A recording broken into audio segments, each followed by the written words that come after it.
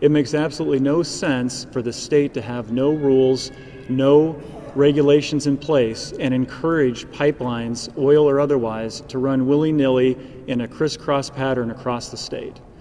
The citizens of Nebraska should not be asked to subsidize a poorly laid out plan, which currently is the one that's in place with the Keystone XL pipeline route. It makes no sense for that pipeline to traverse the Ogallala Aquifer or the Sandhills. And it's not just the aquifer or the Sandhills, it's really the symbiotic relationship and the biological relationship between the two of them.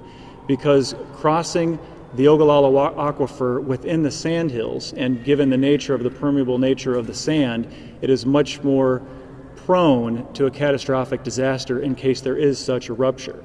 And the question is, as Nebraskans, that we can ask ourselves with just good common Nebraska common sense, why would we locate it in a place that's more risky than where Keystone already has a pipeline located? There were already easements obtained bisecting the entire state for Keystone 1. They have an existing corridor in place.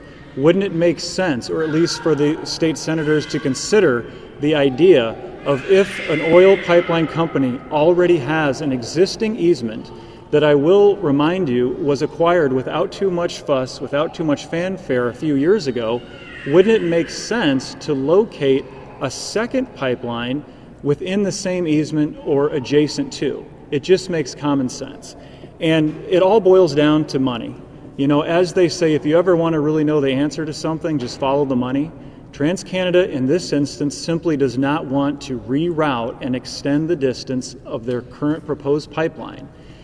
If they were to extend the pipeline from where the proposed pipeline terminates at the South Dakota-Nebraska border and travel due east to the existing easement of Keystone 1, that would add approximately 100 miles distance to the pipeline. However, they would gain a savings of approximately 50 miles by abandoning the proposed route, which is longer than the current easement, for a net increase of 50 miles. All you have to do is boil down their cost per mile times 50, and you'll come up with a number of reasons why they aren't agreeing to do the right thing and relocate this pipeline.